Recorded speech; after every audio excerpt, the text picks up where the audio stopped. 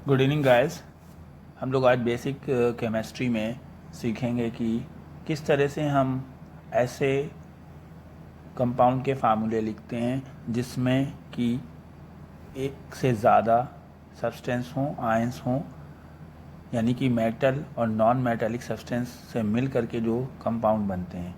Last lecture में हमने आपको बताया कुछ ऐसे कंपाउंड के नेम जो कि कॉमनली हमारी डेली लाइफ में यूज़ होते हैं, और उसके पहले हमने ऐसे कंपाउंड्स के फार्मूले बताए जो कि दोनों नॉन मेटालिक सब्सटेंस से मिलके बनते हैं। तो आज हम पहले तो स्टार्ट करने से पहले कुछ मेटल्स के बारे में बताएंगे कि कौन कौन से मेटल्स जो ज़्यादातर बहुत आपकी लाइफ में यूटिलाइज होते हैं और उनके सिंबल क्या हैं, उनके फार्मूले कैसे लिखे जाएंगे। तो वीडियो को लास्ट तक देखिए और अच्छे से समझिए। कहीं कोई प्रॉब्लम है कमेंट सेक्शन में ज़रूर लिखिए, जिससे कि नेक्स्ट वीडियो में उसको हम लोग करेक्ट कर पाएँ। पहले तो कुछ बहुत फेमस मेटल जो डेली लाइफ में आप रोज़ उनका नाम सुनते हैं या उनके फार्मूले के बारे में केमिस्ट्री में पढ़ना ज़रूरी होता है। तो आपका सबसे जो फेमस मेटल है जो बहुत ज़्यादा सुनते हैं वो आयरन है। आयरन का दूसरा नाम फेरम होता है, ये लैटिन नेम होता है और फेरम के नाम से ही इसका सिंबल भी होता है, इसलिए आयरन के सिंबल को Fe बोलते हैं, Fe। उसी तरह से दूसरा है कॉपर। कॉपर का लैटिन नेम क्यूप्रम होता है, क्यूप्रम, जिसकी वजह से इसका सिंबल Cu होता है। उसी तरह से सिल्वर, जिसे आप हिंदी में चांदी बोलते हैं, सिल्वर, जिसका लैटिन नेम अर्जेंटम होता है और लैटिन नेम के अकॉर्डिंग ही इसका सिंबल Ag होता है। उसके बाद आता है आपका सोडियम। सोडियम वैसे तो डेली लाइफ में बहुत कॉमन नहीं है, लेकिन क्या कहते हैं इसके कंपाउंड बहुत फेमस हैं। सोडियम का लैटिन नेम नाइट्रियम होता है, नाइट्रियम, जिसकी वजह से इसका सिंबल Na होता है। और उसके बाद आता है पोटेशियम। ये भी बहुत फेमस तो नहीं है, लेकिन इसके कंपाउंड्स बहुत ज़्यादा यूज़फुल हैं। पोटेशियम का लैटिन नेम केलियम होता है और केलियम की वजह से इसका सिंबल K होता है। अभी हम आगे और भी मेटल्स के बारे में बताएंगे, लेकिन हम पहले इनके फार्मूले लिखने के कॉन्सेप्ट की वजह से इसकी वैलेंसीज़ के बारे में बता देते हैं। तो आयरन की दो वैलेंसीज़ हो सकती हैं, +2 और +3। अगर आप फार्मूला लिख रहे हैं, लिखने जाएंगे तो वैलेंसीज़ का मालूम होना ज़रूरी है। वैसे ही कॉपर की भी दो वैलेंसीज़ होती हैं, +1 और +2। उसके बाद सिल्वर की वैलेंसी होती है +1। सोडियम की वैलेंसी होती है +1। जितने भी मेटल होते हैं उन सब की वैलेंसी पॉजिटिव में होती है, और इसी तरह से पोटेशियम की वैलेंसी +1। उसके बाद हम और कुछ मेटल लिख देते हैं जो कि बहुत फेमस हैं।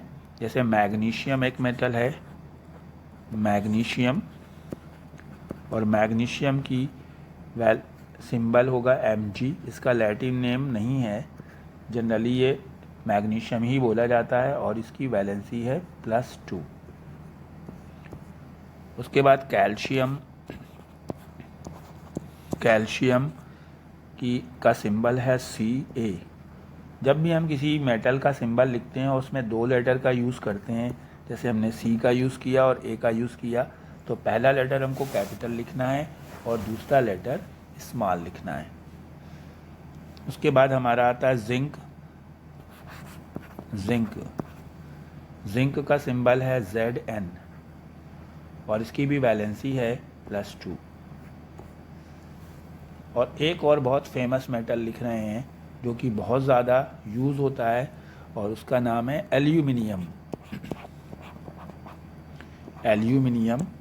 एल्यूमिनियम का सिंबल है Al।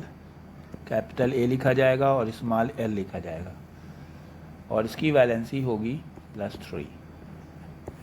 ये मेटलिक सब्सटेंस है, मेटल की क्वांटिटी बहुत ज़्यादा है। मेटल हमारे अर्थ में बहुत ज़्यादा नंबर्स में पाए जाते हैं। ये हमने कुछ मेटल लिखे हैं जिनके वजह से कि आप फार्मूले को आसानी से लिख सकते हैं, लेकिन आपको याद रखना है कि उनके सिंबल ज़रूरी हैं और उनकी वैलेंसीज ज़रूरी हैं। अगर आप सिंबल नहीं जानेंगे और उनकी वैलेंसीज नहीं जानेंगे तो आपका कोई भी कंपाउंड का फार्मूला बाई चांस तो सही हो सकता है, या आप लिख रहे हैं और सही हो जाए, लेकिन कॉन्फिडेंट नहीं होगा आपको कि ये सही है या गलत है। लेकिन अगर आपको वैलेंसीज क्लियर पता है तो आप उसको आसानी के साथ करेक्ट मेथड से लिख पाएंगे। अब जो हमारा कोई कंपाउंड बनता है जिसमें एक मेटेलिक पार्ट हो, एक नॉन मेटेलिक पार्ट हो। मान लीजिए एक कोई मेटेलिक पार्ट है और दूसरा कोई नॉन मेटेलिक पार्ट है, तो दो चीज़ों से मिल के एक कोई कंपाउंड बनता है। मेटल की जिस तरह से वैलेंसीज प्लस में होती हैं, हमने आपको बताई अभी, उसी तरह से नॉन मेटेलिक पार्ट की वैलेंसीज माइनस में होती हैं, निगेटिव में होती हैं। जैसे हमने कुछ मेटल्स लिखे हैं, वैसे ही हम आज आपको सिर्फ 2 नॉन मेटेलिक सब्सटेंस या जिन्हें आयंस बोलेंगे, निगेटिव आयंस के बारे में बताएंगे और फिर उनसे लिखने वाले फार्मूले बताएंगे। तो उसमें से एक आपका फेमस है जिसे हम बोलते हैं सल्फेट। सल्फेट ये नॉन मेटेलिक आयन है, यानी कि ये एक तरह से निगेटिव आयन है जिसमें नॉन मेटेलिक सब्सटेंस हैं और इसका सिंबल है SO4। ये 2 नॉन मेटल से मिलके बना है, सल्फ़र से और ऑक्सीजन से। इस पूरे को सल्फेट बोला जाएगा और इसकी वैलेंसी निगेटिव में होगी -2। और उसी तरह से हम दूसरा एक और आयन निगेटिव वाला निगेटिव पार्ट लिख रहे हैं जिसका नाम है फॉस्फेट। फॉस्फेट तो फॉस्फेट भी 2 नॉन मेटालिक सब एलिमेंट से मिलके बना है, PO4 ये सिंबल है और इसकी वैलेंसी है -3। अब स्टूडेंट्स अभी हम खाली इन दोनों के बारे में ही पढ़ेंगे। मेटल तो हमारे पास बहुत सारे आ गए, हमने काफ़ी मेटल्स आपको लिख दिए, लेकिन अगर हम सारे एक साथ आपको इस लेक्चर में बता देंगे तो आप इसको नहीं कर पाएंगे। आज हम सल्फेट और फास्फेट के फार्मूले लिखना सीखेंगे। पहले जैसे आप देख रहे हैं कि पहले हमने बताया कि पहले हम मेटेलिक पार्ट लिखेंगे और बाद में नॉन मेटेलिक पार्ट। तो जैसे मेटेलिक पार्ट में हमने ऊपर मेटल के नाम दिए हैं, कैल्शियम, मैग्नीशियम ये मेटेलिक हैं, पोटेशियम ये मेटेलिक हैं, सोडियम मेटेलिक है। लेकिन अगर हम उसके बाद कुछ जोड़ दें तो नॉन मेटेलिक जोड़ेंगे, तो सल्फेट जोड़ें, फास्फेट जोड़ें, और भी चीज़ें जोड़ सकते हैं, लेकिन हम आज सिर्फ इन्हीं दोनों को लिखेंगे। मान लीजिए हमने लिखना है सोडियम, ये मेटेलिक पार्ट लिखा हमने, और उसके बाद हमने लिखा सल्फेट। ये तो हमारा एक कंपाउंड बन के तैयार हो गया, लेकिन हमको इसको सिंबल के फॉर्म में लिखना है, हमको इसको फार्मूले के फॉर्म में लिखना है। हमको नेम के साथ साथ फार्मूला मालूम होना चाहिए। अब हम फार्मूले को कैसे लिखते हैं, खाली हम सोडियम का सिंबल लिखेंगे, सोडियम का सिंबल Na और सल्फेट का सिंबल SO4। अब जैसे आपको बताया कि सोडियम की वैलेंसी हमने ऊपर लिखाई थी, सोडियम की वैलेंसी +1 है और सल्फेट की वैलेंसी SO4 की वैलेंसी -2 है। तो जो सोडियम की वैलेंसी है +1 वो सल्फेट के नीचे यानी यहाँ पे लिखेंगे, सल्फेट की नीचे सोडियम की वैलेंसी, और सल्फेट की वैलेंसी सोडियम के नीचे, यानी दोनों की वैलेंसी एक दूसरे के अपोजिट नीचे लिखी जाएंगी। लेकिन अगर 1 है तो 1 नहीं लिखा जाएगा। तो यहाँ पे सोडियम की चूँकि वैलेंसी 1 थी और सल्फेट की -2 थी, तो यहाँ पे हमको 1 लिखना चाहिए था, लेकिन हम यहाँ पे 1 नहीं लिख सकते क्योंकि 1 नहीं लिखा जाएगा। तो इस जगह पे तो हम 1 नहीं करेंगे इसको, और अब हमको इस जगह पे जो सोडियम के नीचे क्या लिखना है, सोडियम के नीचे हमको लिखना है ये 2, सल्फेट के ऊपर जो है, तो हम सोडियम के नीचे 2 लिख देंगे, यानी कि हमारा जो फार्मूला बन जाएगा वो हो जाएगा Na2SO4। ये बोला जाएगा सोडियम सल्फेट। अगर आप वैलेंसी नहीं याद रखेंगे तो आप जल्दी से क्या लिखेंगे, आपको लगा सोडियम, आपने Na लिखा, हमने बोला सल्फ़ेट, आपको सल्फ़ेट का याद है SO4, तो आप NaSO4 लिख देंगे और ये आपका रॉन्ग होगा। NaSO4 रॉन्ग है, सही फार्मूला क्या है Na2SO4। फिर से दूसरा देखते हैं, अगर हमने लिखना है एल्यूमिनियम सल्फ़ेट, एल्यूमिनियम सल्फ़ेट, जब हमने एल्युमिनियम सल्फ़ेट लिखना है तो हमने पहले तो एल्युमिनियम लिखें Al, फिर हम लिखें सल्फ़ेट का सिंबल SO4। अब जैसा कि आपको बताया एल्युमिनियम की वैलेंसी क्या बताई हमने, ऊपर बताई थी एल्युमिनियम की वैलेंसी +3 और सल्फ़ेट की वैलेंसी हमने क्या बताई -2 बताई।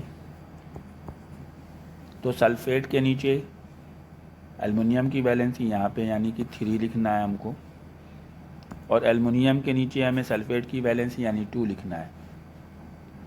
तो हमने तो यहाँ पे 3 लिख दिया और यहाँ 2 लिख दिया, तो जो हमारा फार्मूला बन रहा है Al2SO4 3, लेकिन ये 4 और 3 जो आप देख रहे हैं ये एक तरह से ऐसा दिखेगा आपको कि जैसे 43 लगेगा। तो क्योंकि हमें सल्फ़ेट के नीचे 3 लिखना है तो उस पूरे सल्फ़ेट को हम ब्रैकेट में करके फिर 3 लिखेंगे, यानी और इसको बोलेंगे क्या हम Al2 और ब्रैकेट लगाएंगे SO4 whole thrice aluminium sulphate. और अगर आप क्या कहते हैं बैलेंसीज नहीं पता होती, आप फार्मूला लिखते तो आप बोलते, हमने बोला जैसे एल्युमिनियम सल्फ़ेट तो आप लिखते Al एल्युमिनियम और सल्फ़ेट SO4, तो ये आपका फार्मूला जो होगा रॉन्ग हो जाएगा। तो बिना वैलेंसी के आप फार्मूला नहीं लिख पाएंगे। अब एक फिर से देखते हैं, जैसे हमें लिखनी है कैल्शियम फॉस्फेट, कैल्शियम फॉस्फेट, तो कैल्शियम की वैलेंसी है, कैल्शियम का सिंबल हुआ Ca और फास्फेट का सिंबल हुआ PO4। कैल्शियम के नीचे फास्फेट की वैलेंसी और फास्फेट के नीचे कैल्शियम की वैलेंसी, कैल्शियम की वैलेंसी है 2 तो फास्फेट के नीचे हमने होल ट्वाइस कर दिया, और फास्फेट की वैलेंसी है 3 तो कैल्शियम के नीचे 3 लिख दिया। कैल्शियम की वैलेंसी +2 और फास्फेट की वैलेंसी -3, तो कैल्शियम के नीचे फास्फेट की वैलेंसी और फास्फेट के नीचे कैल्शियम की वैलेंसी। तो अब ये आपका फार्मूला बन गया Ca3PO4 होल ट्वाइस। अब इस तरह से स्टूडेंट्स हम आपको कुछ और फार्मूले लिख रहे हैं, और उसमें से एक है जिंक सल्फ़ेट। जिंक सल्फ़ेट यहाँ पे कुछ इम्पोर्टेंट भी इसको समझना है। हमने जिंक का सिंबल लिखा Zn, सल्फ़ेट का सिंबल लिखा SO4, जिंक की वैलेंसी +2, सल्फ़ेट की वैलेंसी -2। अब आप क्या देख रहे हैं, दोनों की वैलेंसी सेम हो गई हैं +2 -2, तो फिर हम दोनों के नीचे कुछ भी नहीं लिखेंगे, यही आपका करेक्ट फार्मूला है। अगर दोनों वैलेंसी सेम आ जाएं, 2 आ जाएं, 1 आ जाएं या 3 आ जाएं, तो फिर दोनों के नीचे कुछ नहीं लिखना है। ये नहीं करना कि यहाँ पे 2 लिखें, नीचे 2 और यहाँ 2 नहीं लिखना है, और यही आपका करेक्ट फार्मूला होगा। इस तरह का एक एग्जांपल और करा देते हैं। मान लीजिए हमने बोला एल्युमिनियम फॉस्फेट, एल्युमिनियम फॉस्फेट, तो एल्युमिनियम का सिंबल Al, फास्फेट का सिंबल PO4। अब एल्युमिनियम की वैलेंसी +3 और फास्फेट की वैलेंसी PO4 की वैलेंसी -3, तो दोनों की वैलेंसी सेम आ गई, तो हमको दोनों के नीचे 3 नहीं लिखना, और यही करेक्ट फार्मूला है। अब अगर आप खाली आज सल्फ़ेट और फास्फेट के सारे फार्मूले लिखेंगे तो आपको आसानी के साथ ये लेक्चर समझ में आ जाएगा। जैसे हम आपको दे रहे हैं कि इसके आंसर्स सोडियम फास्फेट, ये आपको आंसर करना है और इसका कमेंट सेक्शन में लिखना है। सिल्वर सल्फ़ेट,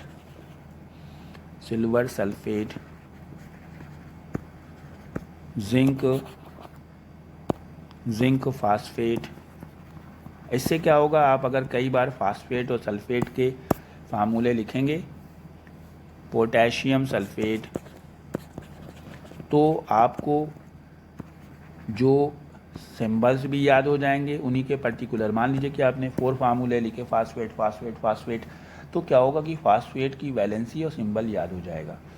तो आज आप सिर्फ फास्फेट और सल्फेट के फार्मूले लिखिए, जो हमने ये क्वेश्चंस दिए हैं 4, इन चारों क्वेश्चन को करने की कोशिश करिए और कमेंट सेक्शन में इसका आंसर दीजिए।